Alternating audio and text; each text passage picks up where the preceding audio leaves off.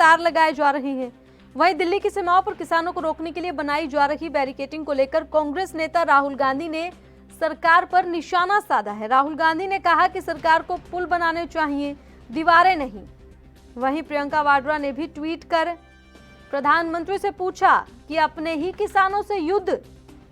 सदन में आपको बता दें, कृषि कानूनों के खिलाफ हंगामा, जिसके चलते 3 बार स्थगित की गई कार्यवाही। किसान आंदोलन का केंद्र गाजीपुर बॉर्डर बन गया है। किसानों ने चक्का जाम का ऐलान किया है और दिल्ली बॉर्डर पर किसानों का प्रदर्शन लगातार जारी है। 6 फरवरी को अब किसानों का चक्का जाम।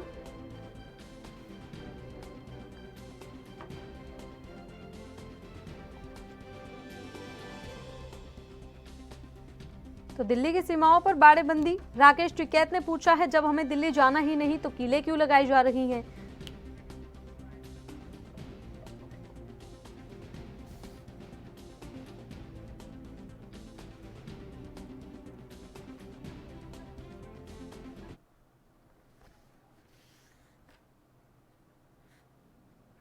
और चर्चा करने के लिए हमारे साथ कैप्टन आईसी सिंह बीजेपी से जुड़ गए हैं। तो सबसे पहले तो आपका बहुत बहुत स्वागत है सर।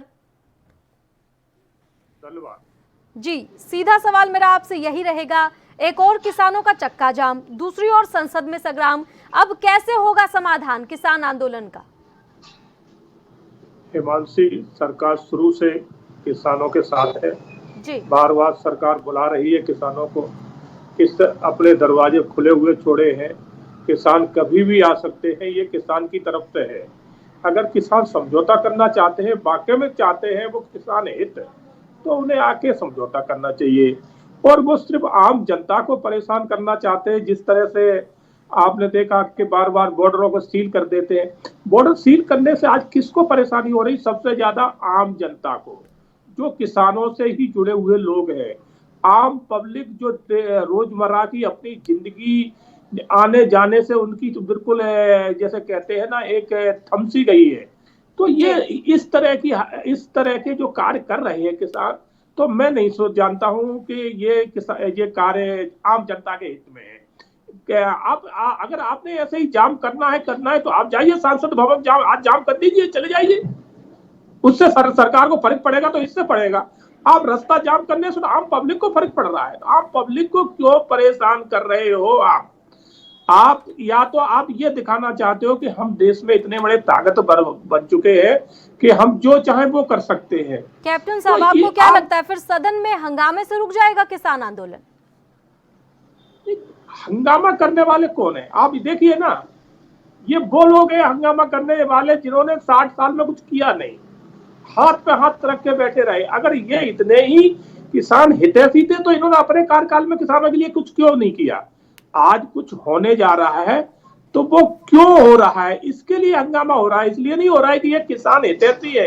एक भी किसान हितैषी नहीं है।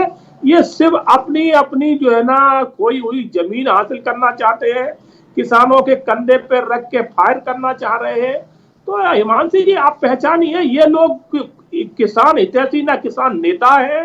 जो बॉर्डर पे बैठे हैं ये भी किसान हितैषी नहीं है। अगर ये किसान हितैषी होते तो अभी तक तो फैसला हो चुका होता। चलिए, विपक्ष को लेकर तो आप कह रहे हैं कि वो किसान हितैषी नहीं है। आम जनता की बात करें, क्योंकि ये आपने भी देखा और बीजेपी के तमाम दिग्गज नेताओं ने कहा हम किसानों के साथ हैं, किसान आंदोलन के साथ हैं, किसानों के भले के लिए हम काम कर रहे हैं। तो पूरे देश भर का समर्थन किसानों को मिला है और किसान सिर्फ एक ही मांग पर अड़े हैं कि कानूनों को वापस लिया जाए। तो अब सरकार किसानों को मनाएगी कैसे? नहीं हिमांशी जी, क्या है, सरकार ने शुरू से ही अपनी मंशा बिल्कुल साफ कर दी है कि आप इसमें जो कमियां बताएंगे उस पर विचार किया जाएगा। अगर वो उनमें वाकई में कुछ कमियां हैं तो वो बदली जाएंगी, मगर कानून वापसी का कोई रास्ता नहीं है। क्योंकि ये दोनों पटलों से पास हुआ है, महामहिम राष्ट्रपति जी ने इसको पास किया है।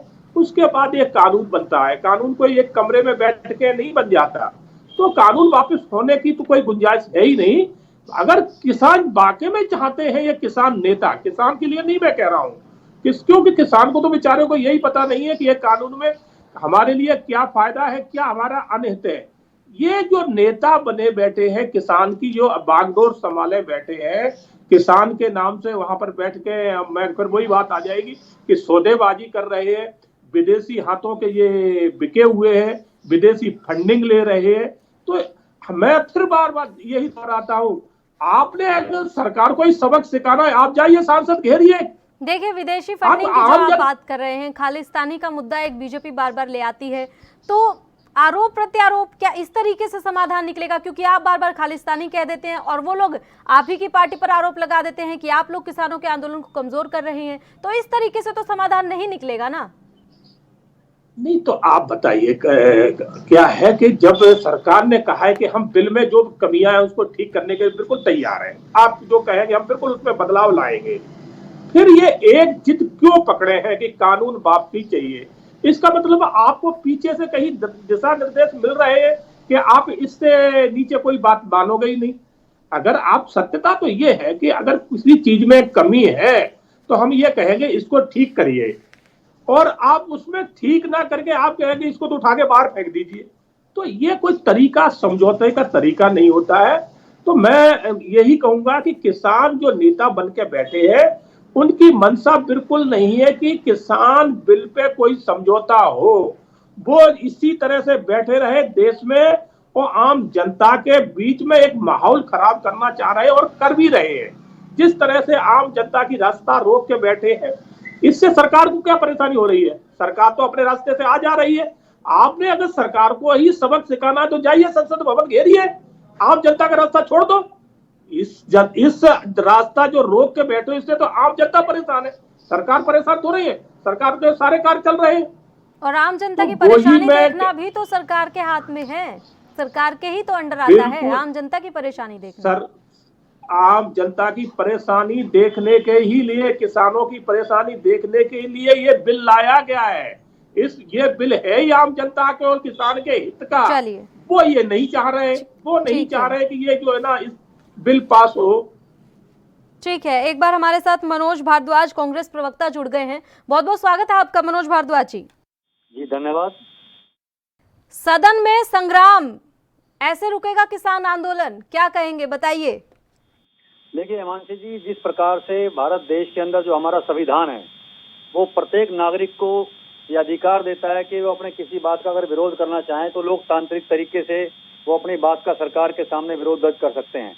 लेकिन दुर्भाग्य है हिंदुस्तान का, भारत देश का, कि माननीय नरेंद्र मोदी जी की सरकार, भारतीय जनता पार्टी की सरकार जो है पूर्ण रूप से तानाशाही रवैया अपनाए हुए है और इसको देश के किसानों का और नागरिकों का, इनके कोई भी भलाई का काम या कोई उनके जो कष्ट हैं, जो उनकी समस्याएं, उनके ऊपर बिल्कुल भी इनका कोई ध्यान नहीं है। और मैं आपको बताना चाहता हूं कि आप देखेंगे करीब पिछले 2 महीनों से देश का किसान सड़कों पर है, लेकिन इनको कुछ भी लेना देना नहीं है। ये ऐसा माहौल बना के इन्होंने देश के सामने खड़ा कर दिया है, ऐसा नैरेटिव इन्होंने खड़ा कर दिया है कि जो भी कोई अगर आदमी अपना विरोध दर्ज करना चाहता है तो उसको ये लाठी से, डंडे से, गोलियों से रोकना चाहते हैं, जबकि हिंदुस्तान में ऐसा नहीं हो सकता। हमारा देश सबसे बड़ा दुनिया का लोकतांत्रिक देश है, लेकिन आज वो लोकतांत्रिक मर्यादा, जो हमारे मूल्य हैं, उनको भारतीय जनता पार्टी की सरकार ने, मोदी सरकार ने खत्म करने का काम किया है। और मैं आपको इसके साथ साथ बताना चाहता हूँ, किसान जो है अपनी मांगों को लेकर के जो सड़कों के ऊपर है और भीषण ठंड में, और काफी हमारे किसान जो है शहादत भी दे चुके हैं। ये केवल और केवल किसान का मुद्दा नहीं है, ये जो किसान जो मांग कर रहे हैं ये पूरे देश के जो आम नागरिक हैं, सभी जो जनता जनार्दन है, उनके लिए भी मांग कर रहे हैं। आप देखिए ये जो आपने मनोज भारद्वाज जी, सवाल मेरा ये है कि सदन में हंगामे से किसान आंदोलन रुक जाएगा क्या? नहीं, वो मैं वही तो बताना चाहता हूँ, ये सरकार की हठधर्मिता है, ये सरकार की हठधर्मिता है। अगर मान लो सदन के अंदर हंगामे के आसार क्यों बन रहे हैं, देश में आज किसान सड़कों के ऊपर क्यों हैं, अगर उनकी सुनवाई अगर ये सही तरीके से करें तो ये नौबत ही ना आए। लेकिन ये हठधर्मिता पर अड़ी हुई है सरकार, इसको आम लोगों से और सरकार किसानों से कोई लेना देना नहीं है। किसान ने देश की जीडीपी को बचाने का काम किया। आप बजट में देख लीजिए इन्होंने किसान के लिए क्या किया, कुछ नहीं किया। इन्होंने धोखेबाजी वाला जो बजट बनाया है देश को धोखा देने के लिए, देश की जनता को धोखा देने के लिए, तो बहुत से ऐसे मुद्दे हैं। लेकिन कम से कम अगर मान लो अगर सड़क पर अगर किसान अपनी मांग रखना चाह रहा है, अपनी बात को रखना चाह रहा है, तो वहां पर भी आप उसे इजाजत नहीं दे रहे हैं, वहां पर भी लोग। जवाब दीजिए, बजट से भी खुश नहीं है किसान, क्या कहेंगे? मैं एक पहला सवाल इन्होंने जो कहा कि लोकतांत्रिक तरीके से प्रोटेस्ट करने का सबको अधिकार है, मैं बिल्कुल सही बात है, बहुत अच्छी बात कही इन्होंने कि सबको अधिकार है अपनी मांग कहने के लिए, अपनी बात रखने के लिए। मगर उसमें एक चीज शायद ये भूल गए, इन्होंने वो नहीं कहा है कि आप अपने अधिकार के लिए बात कह सकते हैं मगर आप दूसरे के अधिकारों का हनन नहीं कर सकते। आपने जिस तरह से आम जनता का, दिल्ली का जनता का 2 महीने से ज्यादा हो गए, उनके अधिकारों का हनन किया है आपने, उनके रास्ते बंद करके रखे, उनके रोजगार खत्म हुए आपकी वजह से। ये अधिकार आपको किसने दे दिया? आप सरकार से लड़ रहे हो तो सरकार से लड़िए ना। सरकार से लड़ने के बहुत तरीके हैं, आप उन तरीकों को अपनाइए ना। आजकल तो डिजिटल तरीका बहुत अच्छा है, आप उसमें अपनी बात डालिए, पूरे देश में अपना मैसेज फैलाइए। कब किसी ने मना किया है? मगर जो तरीका आपने अपना अपनाया है और साथ में ये भी कह रहे हैं कि हम लोकतांत्रिक तरीके से अपना अधिकार मांग रहे हैं। भाई आप अपना लोकतांत्रिक से मांग रहे हैं मगर दूसरे का हनन कर रहे हो, ये कहां से है? तो ये है कि आप ना तो लोकतांत्रिक तरीके से चल रहे हैं, ना आप संविधान को मान रहे हैं, ना आप देश के कानून को मान रहे हैं, ना देश की न्यायपालिका को मान रहे हैं। जब राष्ट्रपति ने आपकी समिति बना दी, आप उसमें जाएं, अपनी चर्चा करें, आपने उसको भी मना कर दिया, हम किसी समिति को नहीं मानेंगे। आप जो संविधान है, संविधान से मना कर दिया। आप ये कहते हो कि मैं लोकतांत्रिक, सिर्फ आपके लिए लोकतांत्रिक अधिकार है, बाकी किसी के लिए नहीं है, बाकी देश के सब ऐसे ही है। ठीक है कैप्टन साहब, आपके सवाल का जवाब जरूर लेंगे हम मनोज भारद्वाज से। आप पहले ये बताइए, बजट से भी किसान नाखुश हैं? जो बजट आया है उसमें किसान हित की ही बातें सोची गई है कि जो कृषि जो भी यंत्र है बहुत उनमें जो है ना छूट दी गई है, राहत की दी गई है। बीज और जो जितने भी हैं इनको अच्छे से अच्छे उसमें उपलब्ध कराए जाएंगे। खाद पानी का विशेष ध्यान रखा गया है। तो ये कहने से थोड़ी होता है। और ये कहते हैं डीजल और इस पे एक पैसा भी नहीं बढ़ा है किसी पे। आप उसको देखिए, वो पैसा बढ़ा है तो वो कहाँ है? वो आपसे कोई, किसानों से, आम जनता से उसकी कोई लेना देना नहीं है। पहले बिल को पढ़े, उसके बारे में जानकारी लो, फिर आप कहो। ये नहीं होता है जैसे कृषि बिल को कह दिया कि काला कानून है। काला कानून कह रहे हो खाली मुंह से, आप उसको पढ़िए, आपको पहले उसकी नॉलेज ही नहीं है कि इसमें है क्या। खाली बस इनको ये चीज रटा दी गई है कि काला कानून है। आप काला कानून की कालिक तो बताओ कहां पर है? चलिए ठीक है, मनोज भारद्वाज जी जवाब दीजिए। बिल पढ़कर आइए, ये कह रहे हैं कैप्टन साहब। जी क्या बोल रहे हैं? कह रहे हैं कि बिल पढ़कर आइए, उसके बाद बताइए कि बिल में क्या गलत है। बिल तो एकदम सही है। ये बड़े अफसोस की बात है कि किस प्रकार से भारतीय जनता पार्टी के जो प्रवक्ता हैं वो देश के किसानों के साथ जो छल किया गया है माननीय मोदी साहब की सरकार के द्वारा, उसके ऊपर लीपापोती कर रहे हैं। ये देश का दुर्भाग्य है। ये सोचना चाहिए कि इन्होंने जो कृषि का बजट है उसमें कटौती कर दी। जो किसान फसल बीमा योजना है उसका क्या हाल है वो सब लोग जानते हैं, उसको मुझे बताने की आवश्यकता नहीं है। उसके साथ साथ इन्होंने जो नया एक नए तरीके से जो फसल के लिए जो बीमा होता है उसके अंदर, जो बीमा के अंदर भारतीय जो विदेशी कंपनियां उनकी उसमें हिस्सेदारी को बढ़ा दिया। तो ये बहुत सी बातें ऐसी हैं जी। और इससे पहले भी प्रवक्ता बीजेपी के जो है कह रहे थे कि किसान अपनी बात को लोकतांत्रिक तरीके से रखे। अरे किसान तो 2 महीने से बड़े ईमानदारी के साथ, बड़ी शांति के साथ सड़कों के ऊपर और बड़े प्रेम से और आपसे हाथ जोड़ के विनती कर रहा है। किसान तो ये विनती कर रहा है कि आप किसानी को बचाएं, क्योंकि हिंदुस्तान जो है वो कृषि प्रधान हमारा देश है। अगर कृषि को पूरा हमारा 80% सेक्टर जो है हिंदुस्तान का, वो देश का, वो किसानी से चलता है। वो किसानी के ऊपर, खेती बाड़ी पर आधारित है। लेकिन देश की जीडीपी को अगर बढ़ाने का काम किया किसान ने किया। किसान ने देश की इज्जत को बचाया। और आप जो किसान पूरी दुनिया का पेट भरता है उसको आप नीचा दिखाने पे तुले हुए हो। तो ये सोचने वाली बात है कि किसान के साथ जो ये तरीका अपना रहे हैं। माननीय न्यायालय ने कहा कि भाई ये इनके हक की लड़ाई है और हक की लड़ाई से आप इनको लड़ने से नहीं रोक सकते। और इनको जो है ना जी ट्रैक्टर रैली निकालने के लिए मौका दिया जाए और उसका इंतजाम किया जाए, ये न्यायालय के आदेश थे। लेकिन इन्होंने उन आदेशों को जो है ना जी मिट्टी में मिला दिया और देश की छवि को धूमिल कर दिया। देश का लोकतंत्र। लेकिन मनोज भारद्वाज जी, इजाजत तो दी गई थी ट्रैक्टर रैली को लेकर, और फिर क्या हुआ उस ट्रैक्टर रैली में? आपने देखा किसान नेताओं ने भी सुनिश्चित किया था कि ऐसा कुछ नहीं होगा, फिर भी हुआ। उसके बारे में क्या कहेंगे? इजाजत भी दी गई, उसके बाद भी हिंसा हुई और अब कोई जिम्मेदारी लेने वाला भी नहीं है। किसान नेता कह रहे हैं बीजेपी सरकार ने करवाई है, बीजेपी सरकार कह रही है कि नहीं किसान नेताओं ने करवाई है, और ऐसे में भारत देश का अपमान हो गया। जी मैं आपको एक बात क्लियर कर दूं आपके चैनल के माध्यम से। पहली बात तो आपका चैनल बधाई का पात्र है कि आप पिछले काफी समय से, लगभग जब से ये आंदोलन चला तब से किसानों के हक हकूक की बात को अगर उठा रहा है पंजाब के अंदर, तो आपका चैनल बहुत तरीके से उठा रहा है और बड़ी जोर शोर से उठा रहा है। आप बधाई के पात्र हैं एकेडमी न्यूज जो है, इसमें कोई दो राय नहीं। और मैं आपको एक बात और क्लियर कर दूं, ये जो देश के अंदर जो अराजकता का माहौल बना 26 जनवरी को, उसके अंदर जो 3 संगठन थे, दीप सिद्धू का संगठन है जी, और साथ में सतराम सिंह पन्नू का, और तीसरे पंडेर साहब, ये तीनों के तीनों संगठन को किसान संगठनों ने शुरुआत के स्टार्टिंग के पहले वीक में ही, पहले सप्ताह में अपने से अलग कर दिया था कि ये तीनों के तीनों संगठन जो हैं ये भारतीय जनता पार्टी के कार्यकर्ताओं के और उनके नेताओं के संगठन हैं। और उन संगठन को आप देखिए किस प्रकार से बॉर्डर से लेकर के और लाल किले तक उनको एक्सेस दिया गया, उनको वहां पर जबरदस्ती उनको जैसे तैसे उनको एक्सेस देके वहां पहुंचाया गया। मैं एक आपके चैनल के माध्यम से बताना चाहता हूं कि देश की सुरक्षा के अंदर, लाल किले के अंदर सबसे बड़ी वहां पर हमारी सुरक्षा एजेंसियां हैं, वहां तक कोई परिंदा पर नहीं मार सकता। अगर वहां तक ये ट्रैक्टर लेकर के इनके संगठन, भारतीय जनता पार्टी के संगठन के लोग वहां पहुंचे, आप देखिए फोटो के अंदर आज सोशल मीडिया पे। मनोज भारद्वाज जी, एक सवाल 1 मिनट आपको रोकना चाहूंगी। आप ये बताइए, आप ये कह रहे हैं कि तीनों को अलग कर दिया था किसानों ने पहले ही, कहीं ना कहीं उन्हें ये अंदाजा था कि ये तीनों जो है माहौल को खराब कर सकते हैं।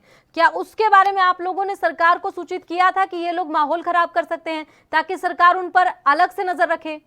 देखिए, यही देश का दुर्भाग्य है कि सरकार उनके ऊपर नजर रखने के बजाय सरकार ने उनको एक्सेस दिया, सरकार ने उनको उसमें शामिल किया इस आंदोलन को खत्म करने के लिए। और ये सरकार हमेशा से मिली भगत करती आई है।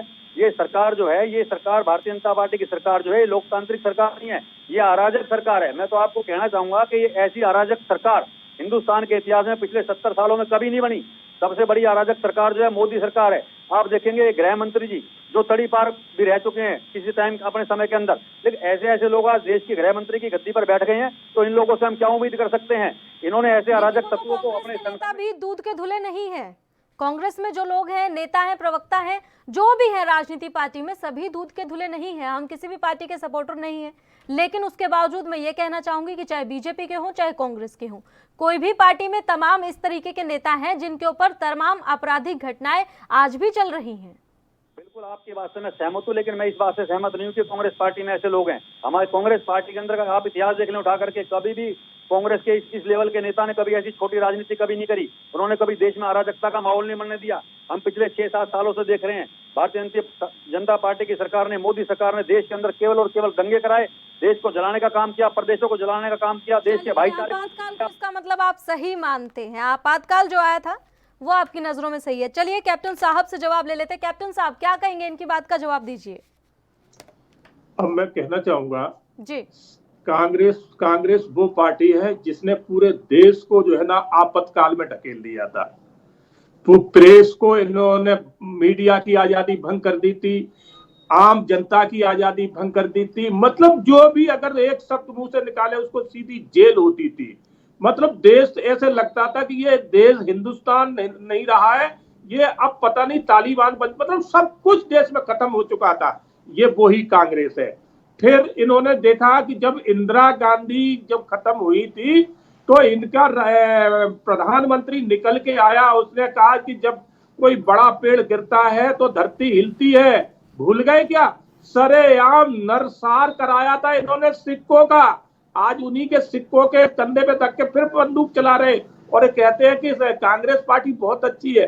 और जब इनका 10 साल शासन रहा है तो इन्होंने क्या किया है कि इनके कोई मंत्री ऐसे नहीं है जो घोटाले में ना हो। प्रतिदिन तो इनके यहाँ घोटाला होता था। 2G घोटाला, 3G घोटाला, अगस्ता बेट घोटाला, लैंड घोटाला। एक घोटाला है, घोटाले की लिस्ट इतनी लंबी है कि गिनाने लगे तो सुबह से शाम हो जाएगी। और सरकारी जमीनों को बेचने का काम किसने किया था? इनके ही प्रधानमंत्री के इनके दामाद ने, इनके जीजाजी ने जिन सरकारी जमीनें बेच के सुना होगा आपने। इस तरीके से आप दोनों पार्टी एक दूसरे के आरोप प्रत्यारोप लगा सकते हैं, एक दूसरे के घोटाले गिनवा सकते हैं। मेन बात रोकना चाहूंगी, जीजाजी ने तो जमीन बेची। सुनिए, मेन बात आज का जो हमारा मुद्दा है वो किसान आंदोलन है। आरोप प्रत्यारोप आप लोग एक दूसरे पर लगाते रहते हैं, उनके ऊपर हम नहीं जाना चाहेंगे। हम किसानों के बारे में बात करना चाहेंगे कि किसानों का आंदोलन किस तरह से खत्म होगा। अब किसानों को कैसे सरकार मनाएगी, क्योंकि सरकार का काम है मनाना। मेरी बात सुने। एक ऐसा है जी, जब तक ये सरकार को कोसते रहे, गालियां देते रहे, आपने नहीं टोका। और जैसे ही हमने शुरू कर दिया आपने हमें टोका।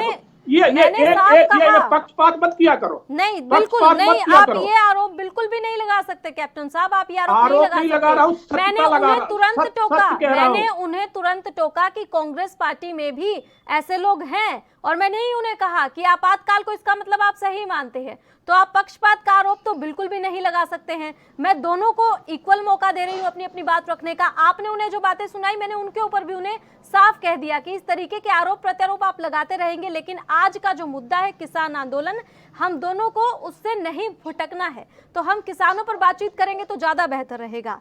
फिलहाल बताइए कि किसानों को सरकार कैसे मनाएगी?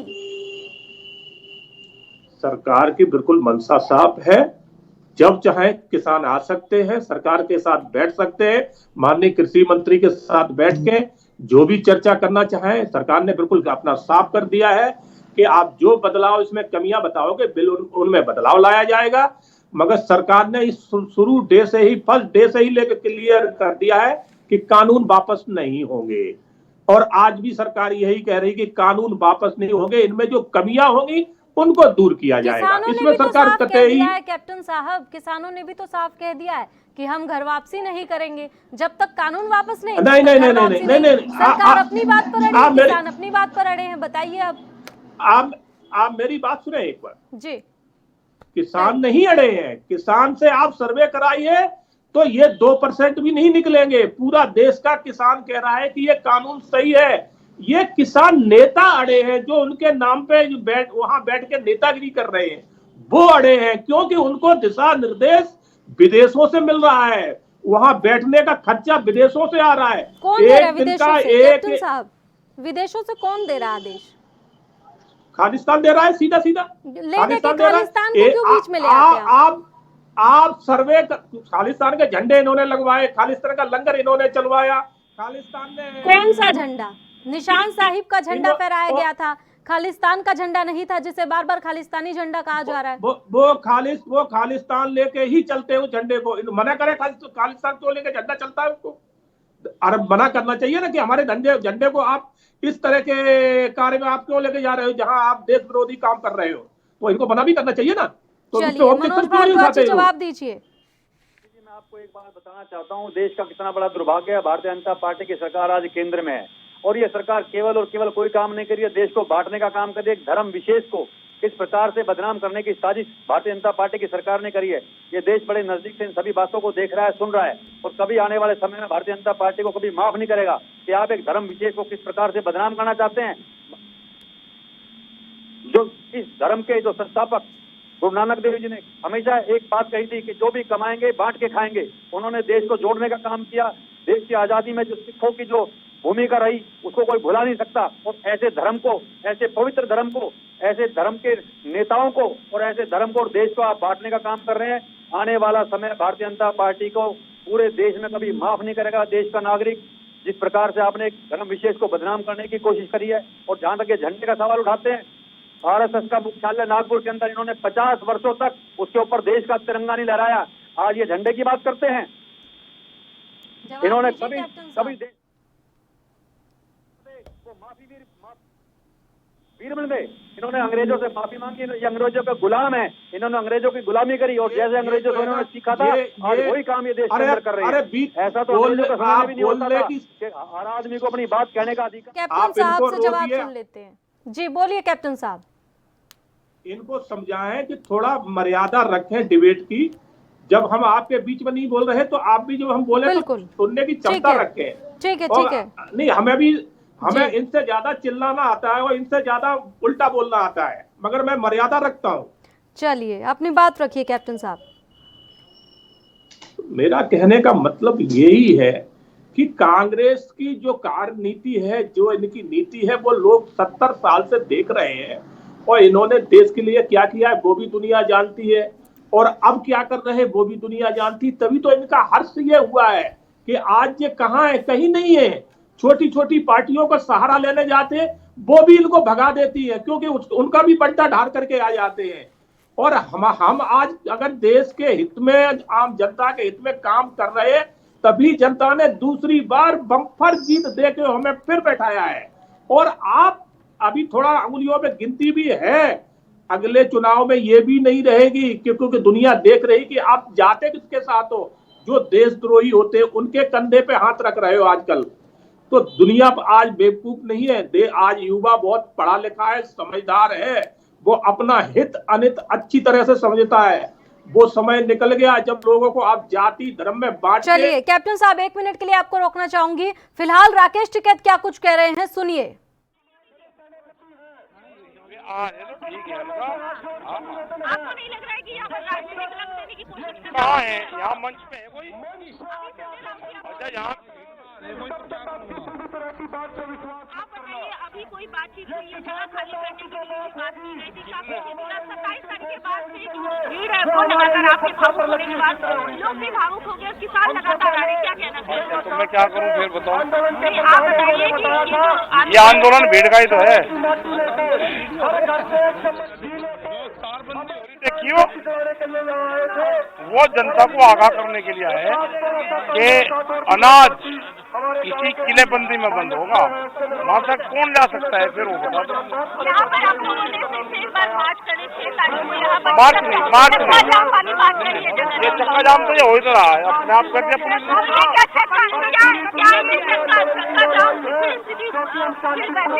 ये चक्का जाम तो अपने आप ही ना कर रखा पुलिस ने। नहीं हमने नहीं।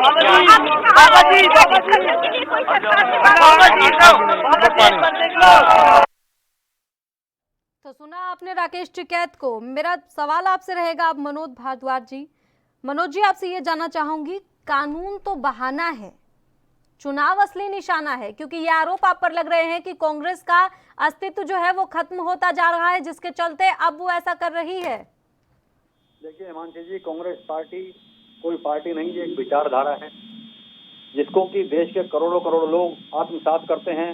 कांग्रेस एक विचारधारा है, गरीब के काम करने के लिए, किसान के काम करने के लिए, मजदूर के काम करने के लिए। तो ये विचारधारा कभी समाप्त नहीं हो सकती और कोई अस्तित्व की लड़ाई नहीं है। कांग्रेस पार्टी माननीय राहुल गांधी जी के नेतृत्व में, प्रियंका गांधी जी के नेतृत्व में और सोनिया जी के नेतृत्व में कांग्रेस पार्टी बहुत मजबूत पार्टी है। और कांग्रेस पार्टी का एक हमारा काडर है, बहुत मजबूत काडर है। और कांग्रेस पार्टी के अंदर लेकिन आरोप इसलिए लगाते हैं लोग, आप देखेंगे पिछले समय जिस प्रकार से देश के किसानों की जमीन को हड़पने की इन्होंने तैयारी करती मोदी सरकार ने, मोदी की अराजक सरकार ने, इन्होंने जो देश के किसान की जमीन को हड़पने की कोशिश करी, उस कोशिश को माननीय राहुल गांधी जी ने नाकाम किया। भट्टा पार्सल से लेकर के और हिंदुस्तान के कोने कोने में हम किसानों की लड़ाई को लेकर के गए और वो भूमि अधिग्रहण बिल को हमने रद्द करवाया। तो ये जो भारतीय जनता पार्टी की सरकार है, जो केवल देश के कुछ चुनिंदा पूंजीपतियों के लिए काम करना चाहती है, उसी कड़ी में अब कांग्रेस पार्टी की जो हमारी पूरी की पूरी पार्टी है, तमाम पार्टी, हमारे सारे नेता जो हैं, वरिष्ठ नेता, सब के सब लगे हुए हैं किसानों का समर्थन करने के लिए और किसान की भूमि को हड़पने के लिए। दूसरा इन्होंने एक रास्ता निकाला है, लेकिन हम भारतीय जनता पार्टी की इस सवाल मनोज भारद्वाज जी आपसे ये रहेगा फिलहाल कि जब किसान आंदोलन कमजोर पड़ गया था दिल्ली हिंसा के बाद, राकेश टिकैत के आंसुओं के बाद फिर से रफ्तार पकड़ा है, लेकिन जब कमजोर पड़ गया था तब आप लोग कहाँ चले गए थे? नहीं, वो देखिए ये जो आरोप हैं, ये आरोप भारतीय जनता पार्टी की तरफ से हैं, जबकि कांग्रेस पार्टी कंधे से कंधा मिला करके हम उनकी बात का समर्थन कर रहे हैं, हम उनके साथ हैं। देश उनके पूरा, और कांग्रेस केवल कांग्रेस पार्टी नहीं, पूरे देश का विपक्ष जो है, जो पूरे देश का सही मायने में जो देश का देशभक्त जो लोग हैं, वो आज किसान आंदोलन के साथ जुड़े हुए हैं। केवल एक पार्टी है, भारतीय जनता पार्टी है, वो किसान आंदोलन को कंडम करना चाहती है। वो जवाब दीजिए, पूरा विपक्ष एक और बीजेपी एक तरफ, इसका मतलब कहीं ना कहीं कुछ ना कुछ तो होगा कानूनों में जो पूरा विपक्ष एक साथ हो गया। विपक्ष में है कौन? आप देखिए ना, विपक्ष में है कौन? जिनकी कोई आज की तारीख में राजनीतिक कहीं कोई क्षमता नहीं रही है, राजनीति उनकी खत्म हो चुकी है। तो वो अपने आप इनके साथ कौन खड़े हो रहे? जो जहां हर देश विरोधी जहां ताकतें होती वहां आज योगेंद्र यादव इनके हर आंदोलन में दिखाई दे रहे और बढ़ चढ़ के बातें कर रहे। योगेंद्र यादव वही है जब जेएनयू में देश तोड़ने के टुकड़े टुकड़े के जब नारे लगे थे, कन्हैया और सज्जील इमाम इन्होंने जब वहां नारे लगाए थे, तो योगेंद्र यादव वहां नेतागिरी कर रहे थे, उनकी अगुवाई कर रहे थे। तो ये ऐसे तो इनके साथ है, ये कह रहे पूरा ये तो विपक्ष है, इसको विपक्ष कहेंगे? ये विपक्ष नहीं है, ये देश तोड़ने वाले, देशद्रोही, देश के जो देश खिलाफ ताकते हैं उनके साथ चलने वाले लोग हैं। अब ये कह रहे हैं कि राहुल गांधी हमारे नेता है। राहुल गांधी इनके नेता है, दुनिया ने तो उनको नकार दिया है, क्योंकि राहुल गांधी कब क्या कह जाए लोग उनको खुद को पता नहीं होता है। अभी एक दिन ये कह रहे थे सिंगू बॉर्डर की जगह उन्होंने कह दिया शंभू बॉर्डर। आलू की फैक्ट्री बता देते हैं। ऐसे नेता को तो ये लेके चल रहे हैं कि जिनकी आज सोच एक बच्चे से भी ऊपर नहीं निकल पाई है। तो ऐसे नेता क्या देश का उद्धार करेंगे? इसीलिए जनता ने इनको ले जाके ऐसी जगह। साहब फिर विपक्ष कौन है? नहीं, विपक्ष है ही नहीं, विपक्ष की जगह ही नहीं है, उसमें सीट ही नहीं बची है, उस लायक ये बने ही नहीं है, इतनी ताकत में आई ही नहीं कोई इनको विपक्ष की भूमिका। मगर फिर भी भारतीय जनता पार्टी ने ससम्मान विपक्ष को जगह दी है, जबकि एक जो संविधान के तहत होना चाहिए वो इनके पास है ही नहीं। मनोज भारद्वाज जी जवाब दीजिए। मैं हिमांशी जी बताना चाहता हूं कि ये इनका जो भारतीय जनता पार्टी का जो अभिमान, जो घमंड है, वो एक दिन इनको लेके बैठेगा। जब आपको देश ने मैंडेट दिया, आपको इतने सारे रिकॉर्ड जो है ना जी आपको सांसद दिए देश ने, और माननीय प्रधानमंत्री जी को जो है ना देश का प्रधानमंत्री बनने का सौभाग्य मिला, तो आप देश के लिए कुछ काम करते। आपने वादा किया था लोगों को 2 करोड़ रोजगार देंगे नौजवानों को, आपने किसानों की आय दुगनी करने का वादा किया था, आपने स्वामीनाथन आयोग की रिपोर्ट लागू करने का वादा किया था, आपने देश को एक नए आयाम पर पहुंचाने का वादा किया था, आपने 100 स्मार्ट सिटी बनाने का वादा किया था। लेकिन आप एक कोई वादा इनका आप ऐसा देख लीजिए, जब से भारतीय जनता पार्टी की सरकार आई है इन्होंने किसी वादे को पूरा नहीं किया। इन्होंने केवल एक काम तो जरूर किया, देश के अंदर लोगों के भाईचारे को खत्म किया। इन्होंने देश के आपसी जो भाईचारा, प्रेम, सौहार्द उसको बिगाड़ने का काम किया। इन्होंने आपस में हमारी जो 36 बिरादरी का प्रेम था उनको आपस में लड़वा करके देश में आग लगाने का काम किया। और न केवल देश में बल्कि जिन जिन प्रदेशों में इनकी सरकार थी, हरियाणा को देख लीजिए, आप पंजाब को देख लीजिए, सब जगह लोगों को आपस में इन्होंने लड़वाया इनको। और ये केवल और केवल जो है ये अराजकता सरकार है। ये मोदी सरकार जो है लोकतांत्रिक सरकार नहीं है, ये अराजक सरकार है। और ये देश के अंदर ये अराजकता का जो माहौल इन्होंने बनाया है, इस देश के माहौल के अंदर आज आम आदमी समझ चुका है। अब देखिए पीछे आप नोटबंदी में देख लीजिए क्या हाल हुआ। उसके अलावा आप जब इन्होंने ये कोरोना काल के अंदर जो है ना जी पूरा देश कोरोना महामारी से जूझ रहा था, और ये जो है एक अंदर खाने जो है ना ये अपना जो गुप्त रास्ता उससे देश को बेचने की तैयारी में लगे हुए हैं। देश के एसेट्स को बेच रहे हैं। 70 साल में जो मेहनत की थी कांग्रेस पार्टी ने, जो देश के लोगों ने जो मेहनत करी थी, देश के किसान ने जो मेहनत करी थी, पूरी मेहनत को। कैप्टन साहब आपसे सवाल पूछना चाहूंगी। आप ये कह रहे हैं कि किसान नेता जो बातचीत कर रहे हैं उन्हें पीछे से ऑर्डर मिल रहे हैं। हम बात करेंगे मासूम किसानों की, उन किसानों की जो 2 महीने तक शांतिपूर्ण तरीके से बैठे रहे बॉर्डर पर और जिनसे सरकार ने बातचीत की और समाधान निकालने का प्रयास किया। अब वो क्यों इस हिंसा की भेंट चढ़ रहे हैं? जो दिल्ली में हिंसा हुई है उसकी भेंट मासूम किसान क्यों चढ़े? वो तो अपनी मांगों को लेकर शांतिपूर्ण प्रदर्शन कर रहा है जिसे पूरे देश का समर्थन मिला है। आपने देखा होगा इन्होंने कहा कि जो दंगे करने वाले पन्नू और 2-3 के इन्होंने नाम गिनाए जी, जे उसी आंदोलन के कैंपों में रह रहे थे, जहां लंगर सब खा रहे थे उसी लंगर में ये लोग खाना खा रहे थे, इनके बीच कैंप में रह रहे थे। इनकी हर प्रेस वार्ता में वो आगे आके बात करते थे और फिर कहते हैं कि ये हमारे लोग नहीं है। जब ट्रैक्टर रैली चली तो ये लोग अगुवाई कर रहे थे, बैरियल तोड़ने में ये सबसे आगे चल रहे थे, लोगों को भड़काने में ये सब लोग आगे थे, और उसके बाद भी ये कह रहे हैं कि ये हमारे नहीं है, ये बीजेपी के। तो इनका चेहरा दुनिया जानती है। आपको एक चीज हम थोड़ा पीछे ले चलेंगे। जब हमारे देश का बंटवारा हुआ तो हिंदू और पाकिस्तान के ऊपर बंटवारा हुआ था, ठीक है। तो उस टाइम जो लोग गए, जो रहना चाहे रह गए। कश्मीर को जो है ना हमारी हिंदुस्तान की फौजों ने लड़के पूरी तरह से जीत लिया था, और उसके अंदर जो है ना इस तरह की धारा 370, 35A इन्होंने क्यों लगाया नेहरू जी ने वहां? इसकी कहां जरूरत थी? और अगर जरूरत थी तो उसको परमानेंट कर देते। आपने इस तरह का क्यों रखा? बोले घिसते घिसते घिस जाएगा। हमारी बीजेपी सरकार ने वादा किया था चुनाव में कि हम आएंगे तो धारा 370 कश्मीर से हटा देंगे, और उसको हटाया। सबसे ज्यादा दर्द किसको हुआ? अब किसानों को बॉर्डर से कैसे हटाएंगे कैप्टन साहब? एक मिनट, आप मेरी थोड़ा बात पूरी हो जाने। तो दर्द किसको हुआ? सबसे ज्यादा कांग्रेस पार्टी को हुआ। जब जम्मू कश्मीर से लेके भारत एक हो गया तो सबसे ज्यादा दर्द इनको हुआ कि इसको एक क्यों कर दिया। फिर शाहीन बाग किसने बिठाया? इन्होंने। शाहीन बाग में इनके नेता मणिशंकर अय्यर पहले गए पाकिस्तान से पूरी गाइडेंस लेके और सीधे शाहीन बाग के मंच पे पहुंचे, उस मंच से जो है ना उन्होंने इतना जहर उगला देश विरोधी की पूछो मत, और इन्होंने कहा कि इससे आपकी नागरिकता चली जाएगी। आज 1 साल से ज्यादा हो गया, एक शख्स का बताइए आप नागरिकता किसकी गई है आज दिन तक? तो इनका काम है कि सरकार जो भी अच्छे काम करेगी उसके ऊपर विरोध करना है, क्योंकि इन्होंने तो 70 साल में कुछ किया नहीं है। अब सरकार कुछ करना चाह रही है तो उसको रोक लगा देना, क्योंकि ये नहीं चाहते कि इस देश में कहीं उन्नति हो, खुशहाल देश हो, क्योंकि इन्होंने शुरू से देश को बांट के वोट बैंक की राजनीति करी, वो भी आज वही करना चाह रहे हैं और इनकी कोई सोच नहीं है। कांग्रेस पार्टी अपने कर्मों से खत्म हो चुकी है और रही बची है गिनतियों की, वो भी चली जाएगी।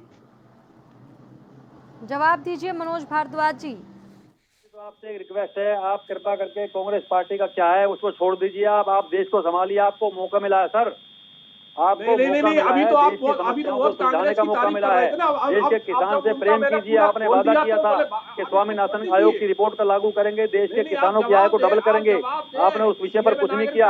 आपने नौजवानों से वादा किया था 2 करोड़ रोजगार हर साल दिए जाएंगे, उस विषय पर आपने कुछ नहीं किया। तो देश से माफी मांगे प्रधानमंत्री जी, नरेंद्र मोदी जी माफी मांगे। देश में आपने आग लगाने का काम किया, देश में आपने अराजकता का माहौल पैदा किया, देश का आपसी भाईचारे को खत्म करने का आपने काम किया, नरेंद्र मोदी देश का सुपर प्रधानमंत्री है, ना अभी तक ऐसा आया और ना आगे आएगा। और एक ही बात दुनिया ने सर माथे पे बिठा के रखा है और आप लोगों को अपनी प्यार से बनाया गया था, जो देश के एसेट्स को हमने बनाया था, देश की जनता ने प्यार से बनाया था, अपने खून पसीने से ठगने का नतीजा आपका ये है कि अब जाइए, वो समय निकल गया जब लोगों को जातिवाद में बांटते थे, वोट बैंक की राजनीति करते थे, भाई भाई को लड़ाते थे, जाति जाति से लड़ाते थे, विकास कहीं नहीं होता था, विकास सिर्फ एक परिवार का होता था। आज जनता जान चुकी है कि एक परिवार की राजनीति अब नहीं चलेगी। आप लोग सिर्फ एक परिवार तक सुनते हैं, एक परिवार से आपकी कोई पार्टी नहीं है। आज दिन तक कोई कांग्रेस का आपने देखा है कि इनका राष्ट्रीय अध्यक्ष कोई दूसरा बना हो? एक बार भूल से कहीं केसरी जी बन गए थे, उनको ऐसे कार्यालय से बोरी बिस्तर निकाल के बाहर रोड पे फेंका था। तो एक परिवार की पार्टी है, ये पार्टी देश का क्या भला करेगी? तो ये अब जो है ना कांग्रेस का तो खत्म हो चुका है, डूबता हुआ नहीं, डूब चुका है जहाज, थोड़ा बहुत रह गया है, वो भी खत्म हो जाएगा। तो बाकी रही बात किसान की, किसान के साथ सरकार कल भी थी, आज भी है और हरदम रहेगी। किसान नेता अगर किसानों की वाकई में किसान हित चाहते हैं तो सरकार के साथ बैठे और रास्ता निकाले, उसी रास्ता निकल जाएगा। अगर किसान नेता वो भी कांग्रेस और विदेशी ताकतों के साथ अपना एजेंडा चलाना चाहते हैं तो शायद कभी ये हल इसका निकलने वाला नहीं है। कैप्टन साहब, 6 फरवरी को किसानों ने चक्का जाम का ऐलान किया, क्या कुछ दबाव फिलहाल सरकार पर है? नहीं, सरकार पर कोई दबाव नहीं है, ये और कर भी क्या सकते। आप मेरी बात सुने कि ये सिर्फ जनता को परेशान करने के अलावा और कर क्या रहे हैं? अगर चक्का जाम करेंगे तो कौन परेशान होगा? आम जनता की अगर उसमें माल ढुलाई के ट्रक जा रहे हैं वो रास्ते में खड़े रह जाएंगे, कितना माल नुकसान होगा, लोग कितने परेशान होंगे। इन्होंने कभी ये सोचा है? वही तो आपको देखना है कैप्टन साहब कि आप लोग किस तरीके से स्थिति को संभालते हैं। नहीं, हम तो संभाल ही रहे हैं। हमने तो 26 जनवरी को जो इन्होंने हुड़दंग किया था उसमें भी बड़ा संयम का परिचय दिया था। हम चाहते तो गोली भी चलवा सकते थे, मगर हमने संयम का परिचय दिया कि गोली चलवाएं किस पे, ये भी सब हमारे लोग हैं, अपने लोग हैं, इसी देश के नागरिक हैं। मगर इन्होंने जो परिचय दिया, इन्होंने सीधा तिरंगा के अपमान किया। जो हमारी प्राचीन धरोहर है, जो देश का स्वाभिमान है, लाल किला, उस पर चढ़ के इन्होंने हुड़दंग मचाया। हमारे सुरक्षा कर्मियों के ऊपर सीधे इन्होंने हथियारों से वार किया। उनको इतना बुरी तरह से मारा गया कि 400 से ज्यादा हमारे सैनिक घायल हुए और अभी भी हॉस्पिटल में एडमिट है। प्रियंका गांधी रावण जब जरा सी चोट लग गई थी, जो एक देशद्रोही सेना का अध्यक्ष है, उसको हॉस्पिटल में देखने गई थी। क्या प्रियंका अभी तक एक बार भी हमारे जो सैनिक जो इस हमले में घायल हुए हैं उसमें एक को भी देखने गई है? तो इनकी मानसिकता यहीं से पता चल जाती है कितने देश हितैषी है, कितने आम जनता के हितैषी है। आप देख जाती जा, उसको तो देखने वहां पहुंची थी जाके मुरादाबाद, यूपी चली गई थी, और यहाँ नहीं गई जो दिल्ली में ही हॉस्पिटल में एडमिट है हमारे उस दिन से जो सैनिक जो घायल हुए हैं। ये क्या बात करेंगे? इनके अंदर देशद्रोह के अलावा कुछ बचा नहीं है। 1 मिनट के लिए आपको रोकना चाहूंगी कैप्टन साहब। हमारे साथ किसान नेता रामपाल जाट जुड़ गए हैं। सबसे पहले स्वागत है आपका रामपाल जाट जी। धन्यवाद हिमांशु अरोड़ा। जी, सीधा आपसे सवाल यही रहेगा कि किसान जो चक्का जाम कर रहे हैं, अब सरकार के ऊपर दबाव बनाने की कोशिश एक बार फिर से। हिमांशु, अभी वार्ता का समाचार आ रहा है लगातार, और देश वार्ता की प्रतीक्षा कर रहा है, समाधान की प्रतीक्षा कर रहा है। इसलिए हम चाहेंगे कि जितना जल्दी सरकार की संवेदना जगे उतना बढ़िया है, उतना जल्दी इसका समाधान हो। बड़ी अजीब सी बात है रामपाल जाट जी, आप भी कह रहे हैं कि हमें इंतजार है सरकार का और समाधान का, और हमारे साथ कैप्टन साहब यहाँ पर जुड़े हुए हैं, वो भी साफ तौर पर कह रहे हैं कि हम किसानों का समाधान करने के लिए इंतजार कर रहे हैं कि किसान आए। तो अब बात कहाँ अटकी हुई है जब दोनों ही समाधान की ओर आगे बढ़ना चाह रहे हैं? समाधान की दिशा ही सही है हिमांशु अरोड़ा। कल का मौका सरकार। रामपाल जाट जी, कैप्टन साहब से जवाब ले लेते हैं कि जब आप भी समाधान चाहते हैं और वो भी समाधान करना चाहते हैं तो बात कहाँ अटक रही है, बताइए कैप्टन साहब। हिमांशी, ऐसा है जी कि मैं बड़ा एक बहुत अच्छी बात कहने जा रहा हूं, अगर इस पे विचार करें ये लोग। जी, जो ये किसान नेता बैठे हैं ना, इनको साइड कर दो। जो सच्चे किसान हैं उनको सरकार के पास भेजो, देखो फैसला आज ही हो जाएगा। क्योंकि किसान नेता तो फैसला करने जाते ही नहीं है, वो तो उन्हें जो निर्देश मिला है उस बात को मनाने जाते हैं कि 3 कानून वापस करो, और उन्हें भी मालूम है कि सरकार 3 कानून वापस लेगी नहीं, तो ये उस मूड से जा नहीं रहे हैं। और इन नेताओं को साइड करके और जो मुख्य किसान हैं उनको भेजो फैसला, ये तो बहुत पहले ही हो चुका होता। क्योंकि किसान अपनी बात कह नहीं पा रहा है और किसान नेता बन के बैठे हैं, वो किसान की बात कहना नहीं चाह रहे हैं। जिस प्रकार से जनता नेता चुनती है, बीजेपी का हो या कांग्रेस का हो, उसी प्रकार से किसानों ने अपने नेता को चुन रखा है। तो हर एक आम किसान नहीं जा सकता ना, इसलिए उनके तौर पर किसान नेता जाते हैं। इलेक्ट्रिकल नहीं है, ये इलेक्ट्रिकल नहीं है, ये इलेक्ट्रिकल नहीं है, ये चुन के नहीं आए हैं, ये जबरदस्ती के नेता है। योगेंद्र यादव को किसने नेता चुना है जो हर आंदोलन में खड़ा हो जाता जाके? जवाब दीजिए रामपाल जाट जी। किसका नेता है? मेरे पास हिमांशी, क्या कह रहे हैं कैप्टन साहब? किसान नेताओं की जगह किसानों को भेजो तो आज ही समाधान कर दे हम लोग। ये किसान नेता जिन्होंने योगेंद्र यादव को बिठा रखा है। हिमांशी, किसान भी तैयार हैं और जो जा रहे हैं वो सब किसान ही तो है, वो कौन से किसान नहीं है। इसलिए तो भी यदि सरकार को ऐसा लगा हम तो किसानों से बात करेंगे, तो भाई हर बॉर्डर पर किसान बैठे हैं, आ जाओ, खड़े हो जाओ, सबसे बात कर लो। किसने मना किए? कौन रोक रहा है इनको? इसलिए सीधा किसानों से संवाद करो। गांव में किसान है, आ जाओ गांव में, बैठो और बात करो और सुनो। तो इसलिए जिससे भी सरकार बात करना चाहे, लेकिन समाधान तो सरकार के पाड़े में ही है। सरकार जब चाहेगी तभी बात करनी है तो कीजिए, रोक नहीं रहा है कोई भी। बॉर्डर पर आइए, गांव में आइए, कहीं भी आइए, बातचीत कीजिए। समाधान करना सरकार के ही हाथ में है, ये कहा है रामपाल जाट ने। जवाब दीजिए। बिल्कुल हिमांशी, सरकार के हाथ में है और सरकार ने अपनी मंशा बिल्कुल साफ कर दी है कि हमारे पास आप इसमें जो सुधार कराना चाहो हम बिल्कुल सुधार करेंगे, मगर कानून वापस नहीं होंगे। मगर ये इन्हें निर्देश मिला है पीछे से कि ये कानून वापस कराना है, तो ये किसान तो इस तरह की बात नहीं कर रहा है। मैं अभी मध्य प्रदेश में गया था एक पार्टी प्रोग्राम में, वहां सारे किसान कह रहे थे कि हमारे फायदे का है।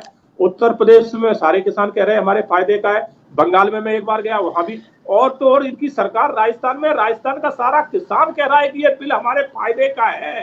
तो अब कौन से किसान रह गए? खाली पंजाब के किसान रह गए और कुछ हरियाणा के रह गए। ये कह रहे हैं वो भी किसान नहीं कह रहे। इनकी आवाज जो है ना हिमांशी अरोड़ा, वो क्या कह रहे हैं ये सुनाई नहीं दे रहा है। रामपाल जाट जी, मैं आपको बता देती हूँ, कैप्टन साहब ने ये कहा है कि मध्य प्रदेश हो, राजस्थान हो, वहां के किसान खुश हैं इस बिल से। सिर्फ और सिर्फ पंजाब के किसान ही नाराज हैं और थोड़े बहुत हरियाणा के नाराज हैं, बाकी सभी किसान खुश हैं। तो उन किसानों से बातचीत तो हमने कर ली है। हिमांशी, राजस्थान से ही हूं मैं और राजस्थान के किसानों के बीच में काम ज्यादा करता हूँ। और अभी पूरे राजस्थान में ऐसा कोई जिला नहीं होगा जहाँ ट्रैक्टर रैली आयोजित नहीं हुई हो, जहाँ गांव तक ये नहीं पहुंची हो विरोध। इसलिए गांवों तक का किसान चाह रहा है, जो खेत धुर गांव में बैठा है, वे सभी चाह रहे हैं कि भाई सरकार शीघ्र समाधान निकाले। और समाधान के दो ही बिंदु है मुख्य: न्यूनतम समर्थन मूल्य पर खरीद के रास्ता साफ करने के लिए खरीद की गारंटी का कानून बनाओ। दूसरा, ये जो खेती का कॉर्पोरेटीकरण करने जा रही है सरकार, उसके लिए जो कानून लाई है उनका वापस ले आओ। तो ये दोनों बातें खेत गांवों तक है हिमांशी अरोड़ा। इसलिए अच्छा ये हो कि ये इनके समाधान के लिए आगे बढ़े। और इन्होंने बात तो कर ली होगी, मैं तो नहीं कहता कि उन्होंने बात की कि नहीं की, मुझे तो जानकारी नहीं, लेकिन जिन किसानों ने उनसे कहा कि बहुत अच्छे बोले तो उनको आगे ले आओ ना भाई। और वो कह देंगे सब किसानों से आके कि नहीं आप अच्छे बोले। इसलिए ऐसी स्थिति नहीं है। ये शुरू से जो सरकार प्रचार कर रही है, इस प्रचार में भी सरकार बैक फुट पर आई है। इसलिए ऐसे प्रचारों से भ्रम पैदा करना, इसका कोई अर्थ है नहीं। अर्थ इसी का होगा, सरकार आगे बढ़े समाधान की दिशा में और समाधान करे जितना जल्दी हो सके उतना जल्द। कैप्टन साहब जवाब दीजिए।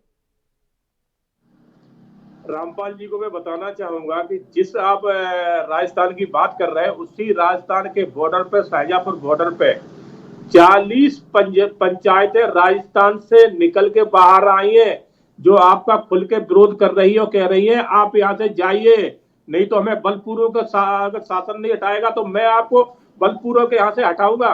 तो आप किसके समर्थन की बात कर रहे हैं? आपके समर्थन में कोई नहीं है, सिर्फ कांग्रेसी नेता है समर्थन में, और आप किसान नहीं है समर्थन में। आप भूल जाइए, किसान का अगर सर्वे कराओगे तो एक भी किसान आपके समर्थन में नहीं है, सिवाय कांग्रेसी नेता छोड़ के। तो अगर आप किसान आपके समर्थन में थे ही तो ये 40 पंचायतें आपसे क्यों खिलाफ हो चुकी हैं? क्यों आपको शाहजहांपुर बॉर्डर से भगा दिया? आप रातों रात वहां से सामान समेट के भागे हो। शासन ने तो नहीं भगाया, पुलिस ने तो नहीं भगाया, तो फिर क्यों भागे?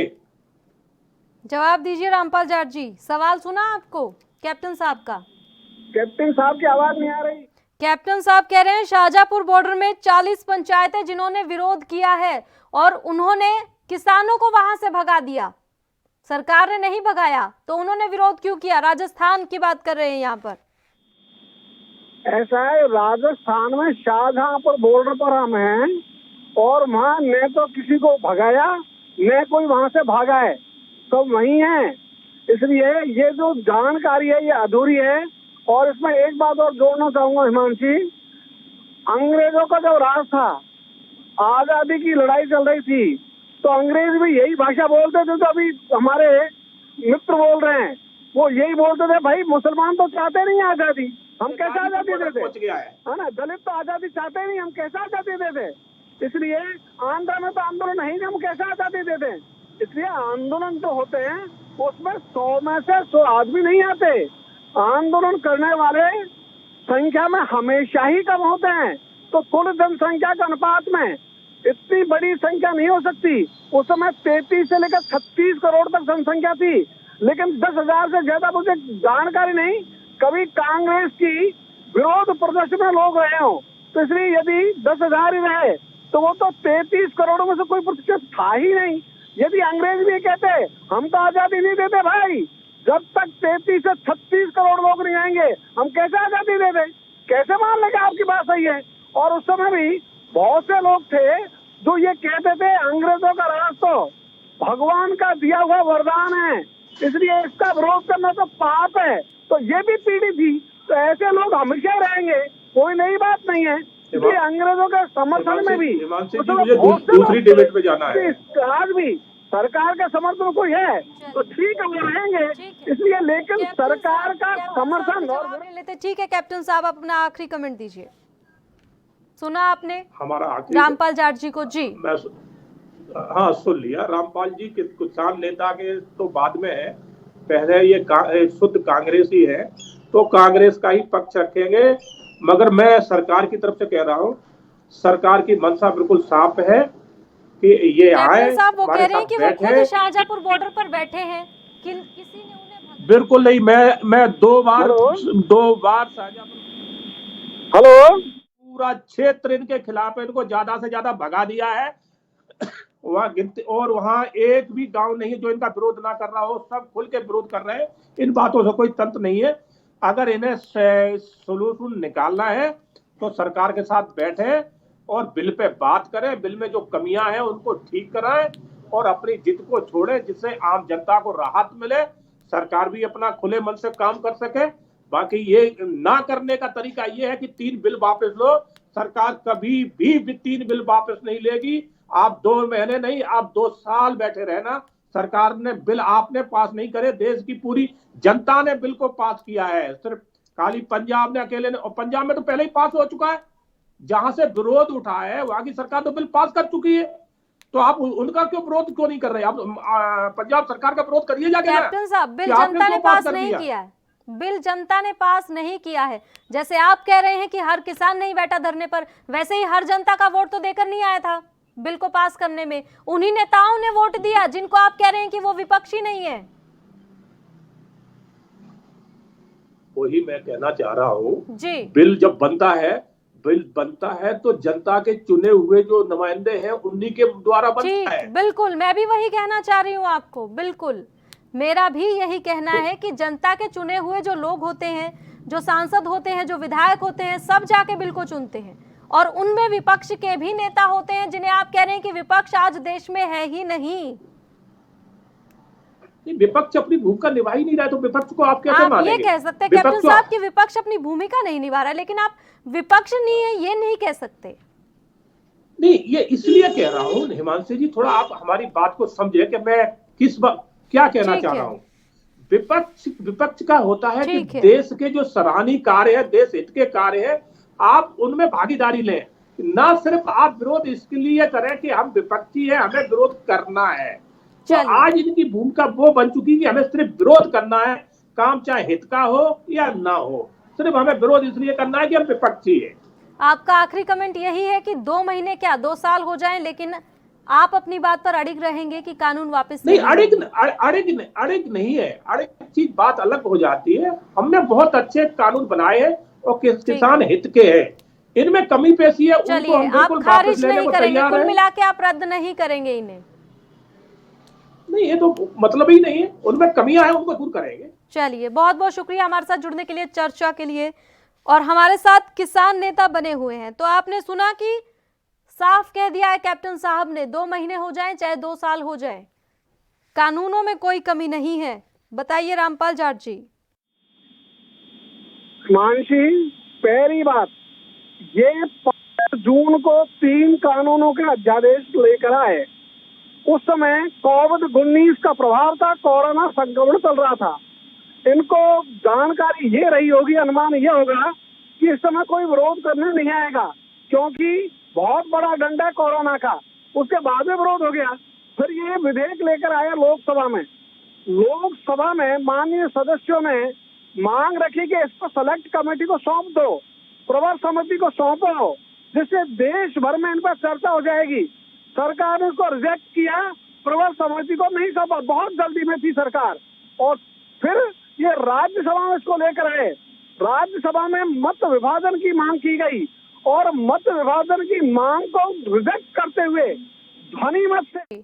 जी, बहुत बहुत शुक्रिया हमारे साथ जुड़ने के लिए। फिलहाल सवाल तो ये बना हुआ है कि किसानों की समस्याओं का समाधान एक तरफ, वहीं दूसरी तरफ अभी तक सरकार और किसान इस बात में कंफ्यूज और इस बात को लेकर लड़ रहे हैं कि किसान समर्थन में है नहीं है आंदोलन के, किसान कहां पर बॉर्डर पर बैठे हैं या नहीं बैठे, क्योंकि सरकार कह रही है कि राजस्थान में किसान प्रदर्शन नहीं कर रहे, वहीं किसानों का कहना है कि हम कर रहे हैं। तो सवाल तो यहाँ पर यही बना हुआ है कि आखिर सरकार और किसानों को पता ही नहीं है, कहीं ना कहीं उनके बीच अभी भी असमंजस बरकरार है। फिलहाल इस बुलेटिन में इतना ही।